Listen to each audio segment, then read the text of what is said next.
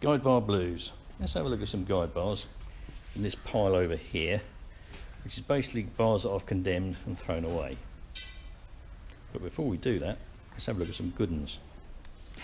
This is a brand new bar, and you can see it's absolutely pristine. It's never turned a sprocket. Talking of the sprocket, you can see that on the sprocket there is daubs of paint where it's been finished in the factory.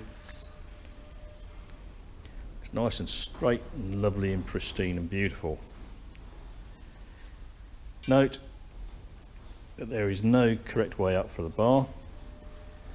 The writing is the same way round on both sides. What you might expect is that if you flip it over, it'll still be the right way up. It's not. That's so you know that you've turned your bar last time.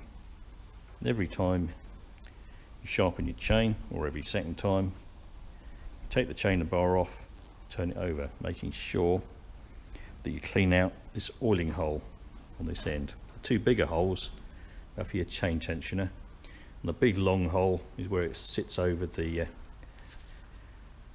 two captive screws.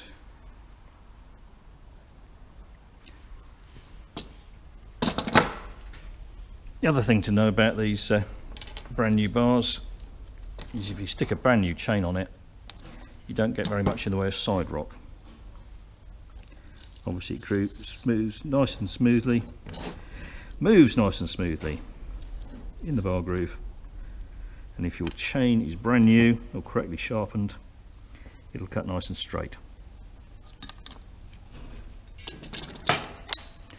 And here is a brand new chain, and you can tell it's a brand new chain because it's all shiny and lovely. And if you look at this edge here, see where my finger is, just above my thumb,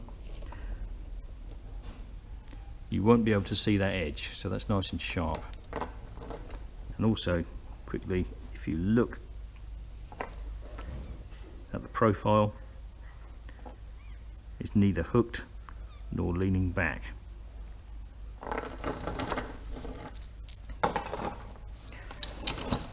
Here's my bar, which I carry about in my van in case I'm called to site and have to either fix a saw or do some work myself. And you can see that it's in good order, and it's not very old.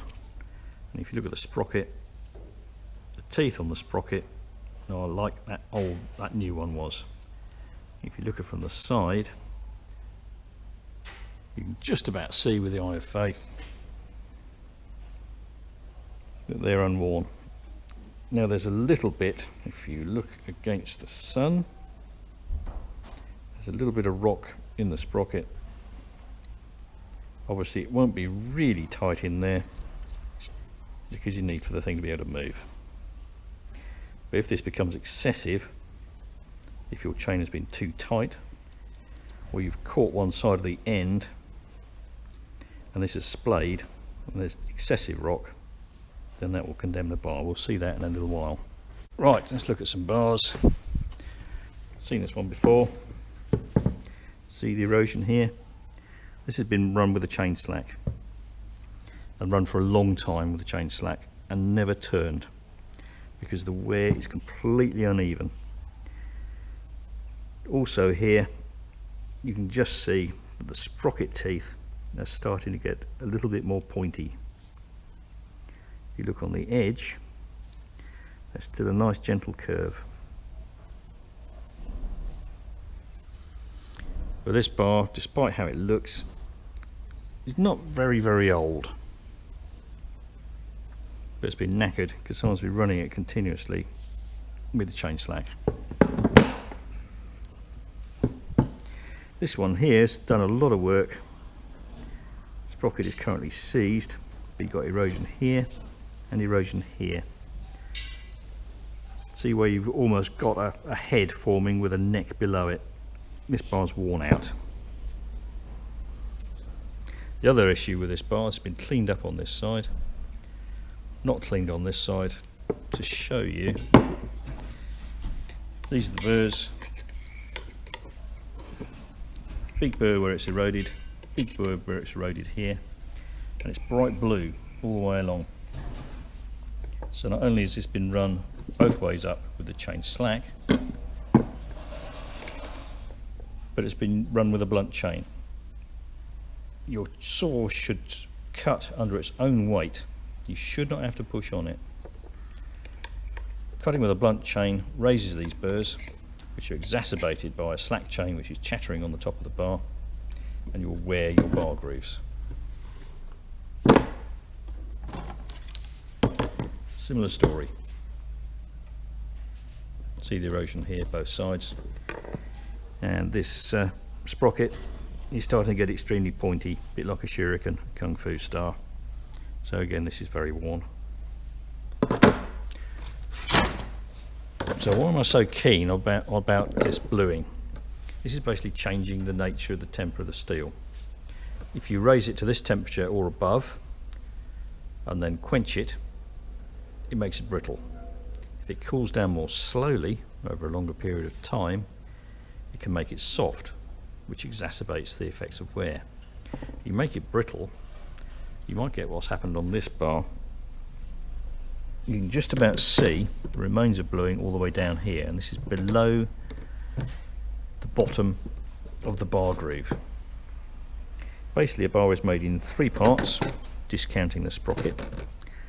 So there's an outer on both sides, an inner distance piece, and the 3 are spot welded together. And they both have different heat treatments. This has been blue all the way along. If you turn it onto the other side, you can see that it's got brittle and there's a big lump missing. So there's a lump of this bar rail missing just here. Where it's gone, nobody knows.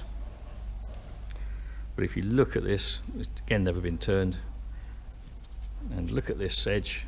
This is an almost new bar, and this has come off a pole saw, so someone has been pushing this very, very hard on a blunt chain halfway up a tree, and they've been working horrendously hard to do this. Basically this is the cost of a new bar. And while we're on little baby bars, this is another issue. See the way this heel end of the bar is splayed? If you look on this side, you can see why. It's bent here towards the heel, and then also halfway along. Can you see that? And again, this has been a nearly new bar. And this is basically after I've had a go at straightening it. This bar here is a 20-inch bar, and this is actually usable, just about. But if you look at the end, can you see the light shining through? This is becoming splayed, so this is marginal. If you're using that at home for, say, firewood cutting once a blue moon, that's fine. But in a work situation, that one's scrap. This one's scrap. Again, very, very pointy ends on the sprocket, and a lot more rock on the end. And it's probably got wear in the bar grooves. You can actually get a gauge to test for wear in your bar grooves, but as we saw earlier, I tend to use this. This is a little section of leftover chain, brand new, and you plop that in. This is where I need a cameraman. I see the amount of rock on that. You can dress some of that out. Slide it along the bar towards the tip, and you see there's slightly less rock there. So most of the cutting's done in the middle of the bar, and that's well rocky. You see that?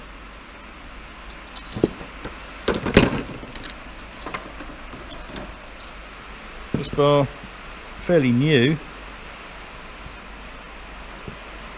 A little bit of erosion on the end.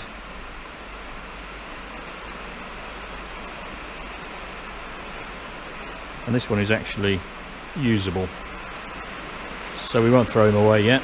Sorry about the monsoon happening outside and the rain noise. This one, again eroded at the end. And the end of this bar is actually splayed out.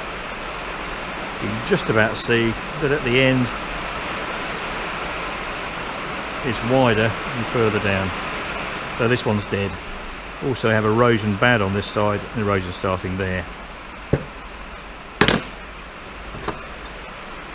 This one, big burrs, lots of bluing, and you can see along here lots of resin baked onto the bar. If you get resin baking onto your bar, you know with absolute certainty that your chain is blunt and you're pushing it too hard. This one here, the nose has been pinched. You see how blue the end's gone. Apart from that, it's relatively new and has been kept in reasonable condition.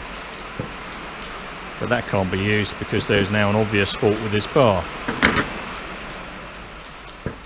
This one's a stage worse. This has got stinking hot and it's burnt all the paint off, and they've pushed it so hard that it started jumping the sprocket and it's taken all the tips off the teeth because this is completely seized.